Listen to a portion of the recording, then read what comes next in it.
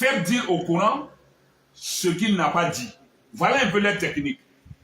J'insiste là-dessus, hein, parce que peut-être cette observation, cette analyse, cette remarque-là échappe à beaucoup d'entre nous. Je dis d'entre nous, je me mets dedans. Parce que dire d'entre vous, ce serait un peu trop osé. Mais vous allez voir que dans leur dire, c'est toujours le Coran n'a pas dit, ce n'est pas dans le Coran. Le Coran n'a pas dit, ce n'est pas dans le Coran. Mais laissons ce que le Coran n'a pas dit. Dites qu'est-ce que le Coran a dit. Qu'est-ce que le Coran a dit? Ou qu'est-ce qui est dans le Coran? Ça, c'est un défi. Hein. Ça peut paraître anodin, ça peut paraître banal, bénin, pardon. Mais vous allez voir que c'est un exercice difficile pour eux. Parce qu'ils ne peuvent pas dire qu'est-ce que le Coran a dit, qu'est-ce qui est dans le Coran. Mais ils se vertuent, se focalisent seulement sur qu'est-ce que le Coran n'a pas dit. Et donc, ils ne s'expriment que par la négation intempestive. Ces négateurs satanistes, déviationnistes, qui voudraient voir les musulmans devenir mécréants. Et donc, vous allez voir aussi dans leurs propos, jamais vous n'allez entendre qu'ils vont dire l'islam n'a pas dit, ou bien ça n'existe pas en islam. Ils vont toujours dire le Coran n'a pas dit, ça n'est pas dans le Coran. Maintenant, ils vont pas du tout, ou maintenant ils vont essayer de dire ce n'est pas dans l'islam. Parce qu'on ne peut pas faire la séparation, on ne peut pas dissocier le Coran et l'islam. Mais quand eux, ils parlent Coran à tort et à travers, mais pas à raison. Donc, ils disent toujours, le Coran n'a pas dit, ce n'est pas dans le Coran. Mais vous allez voir qu'ils ne sont pas dans l'islam. C'est pourquoi ils ne vont jamais dire, l'islam n'a pas dit ça, ce n'est pas dans l'islam. Or, en tant que musulmans, nous sommes à l'aise, musulmans fidèles bien sûr à Allah et aux enseignements du messager d'Allah sallallahu alayhi wa sallam. Nous, on est à l'aise pour dire, ça est dans le Coran, ça là l'islam n'admet pas. On peut indifféremment dire, le Coran dit ça. En islam, voilà ce qu'il faut, voilà ce qu'il ne faut pas. Mais eux, ils ne parlent jamais au nom de l'islam. Peut-être maintenant, après mon intervention, ils vont aller s'exercer à ça. Oui, je sais. Ils ne parlent jamais au nom de l'islam. Ils ne parlent même pas de l'islam parce que ce n'est pas des musulmans avérés, au fait. Parce que pour être musulman, l'islam a ses piliers et puis la foi a ses piliers. S'ils vont sur le terrain de l'islam, tout ce qu'ils ont balayé du revers de la main, ils vont devoir les ramener, les consolider, les sauvegarder, les préserver, s'y conformer. Donc, ils ne parlent jamais au nom de l'islam. Ils se mettent en dehors de l'islam tout en faisant croire qu'ils sont dans l'islam. Mais dans leurs propos, vous n'allez jamais entendre l'islam n'a pas dit. L'islam n'a pas dit. Ce n'est pas dans l'islam. Ils parlent toujours du Coran. Et dans ce cas encore, ils ne disent jamais qu'est-ce que le Coran dit. Ils disent toujours qu'est-ce que le Coran n'a pas dit. Et de façon mensongère. Et après tout ça là, donc, comme il en est ainsi, voilà leur sabre tranchant. Leur sabre tranchant. Ça c'est quoi? Leur âme. C'est de dire, je mets quiconque au défi de me prouver ça dans le Coran. Le Coran n'a pas dit, ce n'est pas dans le Coran. Je mets quiconque de prouver que ça est dans le Coran ou bien que le Coran a dit. Voici l'une de leurs techniques. Parce que ils ne vont jamais parler de prouver que l'islam, en islam, que ça existe. Ils ne vont jamais dire prouver qu'en islam ça existe. Ils vont dire prouver que ça est dans le Coran. Apportez vos preuves du Coran. Et par-delà ça, c'est de poser des questions. Poser des questions. Donc, ils ne s'adressent aux gens que par l'ambiguïté, l'équivoque, la subtilité. Et à cela, on ne peut pas prêcher directement la parole. Pour s'adresser à eux aussi, il faut procéder de la même manière que eux. C'est plutôt des questions qu'il faut leur poser. Parce qu'ils ne répondent jamais, ils ne donnent jamais des phrases affirmatives. Soit c'est la négation, soit c'est des questions qu'ils posent. mais ils ne vont jamais donner des affirmations. C'est moi qui vous le dis. Observez-les, suivez-les attentivement. Ils savent que je les ai démasqués ici. Ils le savent. Ils ne vont jamais dire, bon, voilà ce que le Coran dit. Voici clairement ce que le Coran dit de façon ferme. Mais ils posent en termes de négation et à la limite en termes d'interrogation. Est-ce que ce sont leurs manières, leurs modes opératoires. Maintenant, nous aussi, pour nous adresser à eux, c'est de cette même manière. Nous ne leur dirons pas ce que le Coran a dit ou ce que le Coran n'a pas dit, mais nous leur posons des questions sur ce que le Coran a dit. Et ils disent, ils posent des questions sur ce que le Coran n'a pas dit, mais nous, on ira vers ce que le Coran a dit. Et donc, en ce sens, nous devons encore retenir ici. Allah dit dans le Coran, au chapitre 17, verset 9, il dit « Inna hada al-Qur'an » certes ce Coran, ce livre, Yahadi, il guide lillati hiya aqwam, il guide vers ce qui est le plus droit possible, le plus juste possible, le plus propre possible, le plus pur possible, le plus judicieux. Inna hada al-Qur'an. Allah dit clairement ici, ce Coran, chapitre 17, l'ascension ou le voyage nocturne, selon les essais de traduction. Surat al-Isra, chapitre 17 du Coran. Verset 9, Allah dit, Inna hada al-Qur'an. Certes, ce Coran-là, Yahadi, il guide lillati hiya aqwam, vers ce qui est le plus judicieux, le plus juste, le plus droit, le plus propre, le plus clair, le plus pur, le plus bon. Le Coran guide vers ça. Et Allah continue. Wa yubashirul mu'minina alladhina ya'maluna salihat. Et il annonce la bonne nouvelle aux croyants qui font de bonnes œuvres. Voilà. Quelles sont ces bonnes œuvres? Nous verrons maintenant à travers ces questions. Allah annonce la bonne nouvelle aux croyants qui accomplissent de bonnes œuvres, anna lahum ajran kabira, qu'ils auront un salaire immense. Quels sont ces croyants et quelles sont les bonnes œuvres qui promettent le salaire immense à ces croyants-là? Les Corans nuls. Quelles sont ces bonnes œuvres? Nous disons à la communauté musulmane et aux gens sensés et raisonnés qu'il s'agit des actes d'adoration. Il n'y a pas meilleur acte sur terre que le culte, que les actes d'adoration que constituent la prière, le jeûne, la zakat, le pèlerinage à la Mecque, la lecture du Coran et autres, parce que Allah dit « Wama khalaqtul jinn wal ins illa liya'budun » je n'ai créé ni les génies, ni les humains, que pour m'adorer. Donc, la raison de notre existence sur terre, c'est d'adorer Allah. Mais, comment adorer Allah sans la prière? Comment adorer Allah sans le messager d'Allah qui est exclu? Nous y viendrons, Inch'Allah. Parce que c'est des questions dont ceux-là ont besoin. Et non des réponses. Parce que c'est des réfutateurs, c'est des refuteurs. Ils vont réfuter tout ce qu'on va dire. C'est des négateurs. Ils vont renier tout ce qu'on va leur donner. Ils font une fuite malveillante en avance. Ils déplacent, ils font du coq à l'âne avec les gens, alors qu'ils sont nuls dans le Coran. Et pire même d'ailleurs.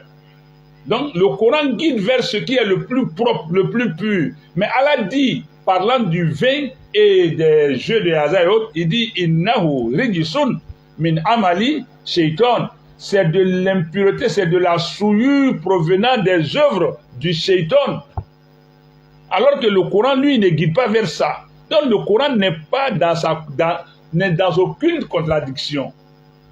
Le Coran, il est cohérent, il est harmonieux. S'il y a des doutes, il y a un embarras au sujet du Coran, ça provient du sujet lui-même et non du Coran. Et Allah va nous édifier là-dessus. Il dit, وَلَا تَكُونُوا كَالَّذِينَ خَرَجُوا مِنْ دِيَارِهِمْ بَطَرًا وَرِئَاءَ النَّاسِ وَيَصُدُّونَ عَنِ السَّبِيلِ وَيَصُدُّونَ عَنْ سَبِيلِ اللَّهِ وَاللَّهُ بِمَا يَعْمَلُونَ مُحِيطٌ. Chapitre 8, verset 47, Allah dit ceci. En donnant des conseils, ou même en donnant des instructions. Parce que ici, si Allah dit de ne pas être quelque chose que tu l'es, c'est à ton détriment. Ça te risque et péril. Allah dit, verset 47, chapitre 8, il dit, Wala takunu, ne soyez pas kalladina kharaju min diyarihim, comme ceux qui sont sortis de leur maison, de chez eux, batoran, par pure vanité, vantardise, prétention, waria annas et ostentation, c'est-à-dire en quête de visibilité, que les gens les voient, de vue, surtout sur les réseaux sociaux. Waria annas, ne soyez pas comme ceux-là, wayasudduna an sabilillah, et ils obstruent, ou encore ils désorientent, ils égarent les gens de la voie d'Allah. Wallahu bima ya'maluna muhit, mais Allah cerne tout ce qu'ils sont en train d'accomplir. Allah cerne ça, il les cerne, il les entoure de partout dans ce qu'ils font. Allah nous dit de ne pas être comme eux, parce que eux, ils sont sortis de leur maison pour venir sur les réseaux, rien que par ostentation, par prétention, par vantardise, par vanité, pour égarer les gens, et ils le font avec une certaine arrogance, une certaine, je dirais, indécence. C'est ce qu'Allah nous dit, Batoran, avec tout ça là, c'est Bator en arabe. Batoran par vanité, Batoran par vantardise, Batoran par prétention, Batoran par orgueil, tout ça là est dit dans Wari'a Annas, et par ostentation, pour avoir des vues, pour avoir l'appréciation des gens, Wayasudduna an sabilillah, et alors ils égarent les gens de la voie d'Allah. Wallahu bima ya'maluna muhit, Allah les cerne, les entoure de partout par rapport à ce qu'ils font. Et Allah dit encore, parlant des shaitans qui les égarent, Allah dit wa innahum la yasuddunahum, leur Satan, leur démon les repousse en isabil, de la voie d'Allah. Leur démon les détourne de la voie d'Allah. Wa innahum la yasuddunahum, leur démon qui les inspire, qui les pousse, qui les motive, qui les exhorte à aller dans ce sens. Wa innahum la yasuddunahum, il les pousse en isabil à quitter la voie. Wa yahsabuna annahum muhtadun, et ils croient qu'ils sont guidés. Allahu Akbar. Jusqu'à eux-mêmes jurent, Wallahi billahi tallahi, que les autres soient égarés. Non, Allah, Huwa al-Hakim, il est le sage par essence et par excellence. Surat al-Zukhruf, chapitre intitulé Le décor, chapitre 43, verset 37. Allah dit, Wa innahum la yasuddunahum, leurs démons, leurs diables, leurs commanditaires, les éloignent en isabil de la voie, en les finançant, en leur donnant des conseils, en les encourageant, en les soutenant. Il les pousse loin de la voie, il les égare. Tandis que eux, ils imaginent, ils pensent qu'ils sont guidés. Donc on peut penser être guidé alors qu'on ne l'est pas. Allah nous le dit. Donc faisons attention, sachons qui suivre, sachons qui écouter. Celui qui te parle, il faut qu'il te donne une référence. C'est facile de dire, le Coran n'a pas interdit le vin. C'est facile de le dire. Maintenant, en revanche, il faut pouvoir leur dire, le Coran vous permet de boire. Il faut envoyer la preuve de permission aussi. C'est ça. Ne vous laissez pas berner. Ça dit, c'est des négateurs. Ils sont là pour désorienter. Ils disent, et puis je vais vous montrer A plus B dans le Coran, après, parce que je vais ajouter le samedi dedans, Inch'Allah. Samedi, mercredi. Pour que je puisse vraiment évacuer tout ça là, quoi. Et puis on en finisse pour de bon. Celui qui veut s'égarer, c'est à son propre détriment. Celui qui veut prendre la voie, au moins nous, on a fait ce qu'on peut. Allah est témoin de ça. Donc ils vous disent que l'islam n'a pas interdit l'alcool, certes. Maintenant, par rapport à l'islam, qu'est-ce que l'islam dit? Il n'a pas interdit. Maintenant, l'alcool existe, le musulman existe, les gens existent, l'alcool existe. Qu'est-ce que le Coran dit? Parce qu'il ne dit pas ce que le Coran n'a pas dit. Dis aussi ce que le Coran a dit. Et de façon mensongère, on dit que le Coran n'a pas dit alors qu'il a dit. Maintenant, mensongèrement, tu dis qu'il n'a pas dit. Alors, d'accord. Maintenant, véridiquement, qu'est-ce qu'il a dit au sujet de l'alcool? Comme il n'a pas interdit, alors, il faut que vous puissiez nous donner la suite. Voilà. Ça, c'est leur technique. Donc, le Coran, Allah nous dit, ils sont égarés et se croient guidés. Et au-delà de ça, donc, Allah les dévoile. Allah les dévoile. Parlant de la prière, regardez comment Allah parle. Je vais prendre seulement le chapitre 23, parce qu'il est déjà 1 heure que nous avons commencé. Presque 1 heure, nous avons commencé. Je ne veux pas être trop prolixe pour ne pas que les échanges soient embrouillés dans la tête des gens. Regardez le chapitre 23 du Coran, Suratul Mu'minun, les croyants. Regardez comment Allah parle. Si réellement la prière ne sert à rien, regardons comment Allah parle dans le Coran. Chapitre 23, il dit Qad aflahal mu'minun. Les croyants ont certes récolté le succès. Ça veut dire qu'ils sont sauvés. Au-delà d'être sauvés de l'enfer, ils méritent le paradis, la béatitude, le bonheur éternel. C'est ce qu'Allah veut dire ici. À moins qu'ils nous disent encore Qad aflahal mu'minun, il vient nous dire un autre sens. Mais ici, Allah dit Qad aflahal mu'minun. Et puis, Allah continue les vertus, les caractéristiques ou bien les choses qui font que les croyants ont récolté le succès. Allah dit quoi? Alladhina hum fi salatihim khashi'un. Ceux qui sont recueillis, concentrés dans leur prière. Cette prière-là encore, quelqu'un peut avoir le culot, l'audace de dire que cette prière n'est pas bonne, ou encore elle n'est pas obligatoire, ou encore sans la faire on peut avoir accès au paradis. Allah dit alladhina hum fi salatihim khashi'un. Ici, je regarde dans le Coran. Sinon, je l'ai en tête, comme d'autres disent autre chose. Je le regarde ici dans le Coran, et puis je le dis. Qad aflahal mu'minun. Les croyants ont certes récolté le succès. Alladhina hum fi salatihim khashi'un. Vous allez voir que tout ce qu'ils ont balayé du revers de la main, ce sont ces choses que Allah est en train de citer comme les œuvres qui vont permettre aux croyants d'entrer au paradis. Allahu Akbar. Il dit Alladhina hum fi salatihim khashi'un. Ceux qui sont recueillis, concentrés, focus, craintifs dans leur prière, qui sont humbles dans leur prière. Et il continue Walladhina hum anil lagwi muridun. Et ceux qui se détournent des futilités. Al-lagwu, tout ce qui est futilité en arabe. Ils s'en détournent. La danse bête, les choses qui désorientent, qui distraient le cœur de l'homme. Ils s'en détournent.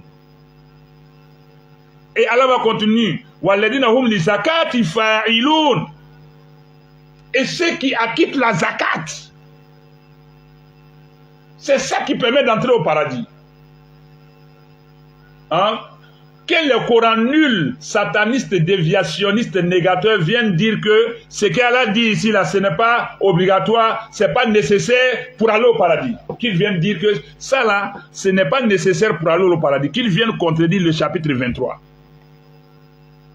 Il y a plein d'autres. Allah dit Aqimu solata wa atu zakat. Warka'u ma raki'in, suratul Baqara. Wa aqimu solat. Faites la prière. Wa atu zakat, et acquittez la zakat. Warka'u, faites la genuflexion ma raki'in avec ceux qui la font. Qu'est-ce qu'on veut que Allah nous dise pour qu'on sache qu'il nous impose, qu'il nous donne une obligation, qu'il nous impose de prier? Et Allah continue. Walladhina hum li furujihim hafizun. et ceux qui préservent leur chasteté, leurs parties intimes. Ça, c'est la fornication qui est interdite ici. L'adultère qui est interdit ici. Toutes les relations intimes irrégulières, illégales, sont ici dites. Mais Allah n'a pas dit qu'ils ne font pas. Vous avez vu, il a rendu interdit sans dire la négation. Il dit qu'ils préservent leur partie intime. C'est une manière de dire qu'ils ne font pas l'adultère. Ça va bavarder, ça va parler, c'est différent. Allah dit ici dans le chapitre Les Croyants, intitulé Les Croyants, il dit il a commencé par les croyants ont récolté le succès. Maintenant, il va donner leurs caractéristiques. Il dit Alladina, ceux, les croyants là, ceux-là, hum fi salatihim khashi'un, qui sont humbles dans leur prière. Walladina, et puis il continue, Walladina hum li zakati fa'ilun. Il y a ça qui est dit ici. Et Allah va continuer. Illa ala azwajihim aw ma malakat aymanuhum fa innahum ghayru malumin. Tu as vu? Si ce n'est qu'avec leurs femmes qu'ils ont des rapports intimes ou leurs captives, leurs esclaves, parce que c'est leur propriété. Avec ceux-là, avec celles-là, ils n'ont aucun grief, aucun reproche. Donc Allah ici, sagement, dans sa grande sagesse, non seulement il interdit la fornication et l'adultère, mais il recommande d'aller seulement avec ses épouses. Il dit les deux à la fois ici. Les Corans nuls sont où? وَالَّذِينَ هُمْ لِفُرُوجِهِمْ حَافِظُونَ إِلَّا عَلَى أَزْوَاجِهِمْ أَوْ مَا مَلَكَتْ أَيْمَانُهُمْ فَإِنَّهُمْ غَيْرُ مَلُومِينَ. Sauf avec leurs femmes, sinon ils ne font pas l'acte sexuel. Mais regardez, mais quiconque transgresse va au-delà de ça, ce sont ceux-là qui sont les mauvais, qui sont les transgresseurs. Ça veut dire quelqu'un qui ne va pas avec sa femme, qui va avec autre femme, qui n'est pas sa femme ou bien son esclave, sa captive, celui-là est un transgresseur, c'est Allah qui le dit. Allah n'a pas interdit la fornication et puis l'adultère ici? Si, de façon sage. Mais ce qui est intéressant, il va plus loin pour dire ceux qui préservent, qui veillent sur les dépôts et leurs engagements, la confiance et leurs engagements, qui veillent dessus. Ce qui m'importait ici, c'est le dernier verset là. Il dit walladina hum ala salawatihim yuhafizun. Il vient encore insister sur la prière. Et ceux qui sont constants, qui veillent, qui surveillent leurs prières, qui ne s'amusent pas, salawatihim, c'est plusieurs prières. Ce sont les 5 prières quotidiennes. On veut qu'Allah parle en chinois encore pour qu'on comprenne, ou bien dans nos langues maternelles. Et puis, ces courants nuls, satanistes, déviationnistes, négateurs, qui voudraient que les gens abandonnent la prière, le jeûne, la zakat, le pèlerinage, et qui boivent aussi l'alcool, ceux-là, quelle est leur intention? Sont-ils les libérateurs des gens qui n'ont pas créé? Donc c'est Allah qui est méchant, c'est Allah qui est cruel, qui leur impose des choses qui ne peuvent pas ou bien qui ne doivent pas être. Or Allah dit, Allah ne charge aucune âme que selon ce qu'elle peut porter. Et c'est Allah qui nous a créé avec tout ce que vous parlez là. Alors, comment on peut penser qu'Allah va créer ça et nous laisser? Alors qu'Allah dit dans le chapitre 29, Surat Al-Ankabut, il dit, Hasibanas, les gens ont-ils pensé que, en yutraku, qu'on va les laisser, en yakulu, dire, ah maintenant, nous avons cru, waoum la yuftanoun, et qui ne seront pas mis à l'épreuve. Voilà, nous avons, certes, éprouvé ceux qui les ont dévancés, ceux qui étaient avant eux. Allah va faire connaître les gens, les véridiques. Allah va connaître les véridiques, il le connaît, mais va les faire connaître. Il fera connaître les menteurs. Donc Allah, il peut te mettre une bonne chose devant toi et t'interdire de l'utiliser. Parce qu'il veut te mettre à l'épreuve. Comme il peut mettre une mauvaise chose devant toi et voir si tu vas y succomber. C'est le cas de l'alcool et des belles femmes qui ne sont pas nos femmes, des beaux hommes qui ne sont pas nos maris. Allah dit que ces choses-là sont anormales, sont irrégulières, sauf ceux qui sont dans la légalité, dans la licéité. Mais regardez pour la prière. Walladina hum ala solawatihim yuhafizun. Il donne les caractéristiques de ceux qui vont rentrer au paradis, les croyants. Il dit, ceux qui veillent, qui surveillent jalousement leurs prières, qui tiennent à leurs prières, qui tiennent fermement aux prières. Allah va parler ici, quelqu'un va dire que ce n'est pas ça. En vertu de quoi, en se basant sur quoi, quelle est sa source? Qu'Allah nous donne la bonne compréhension.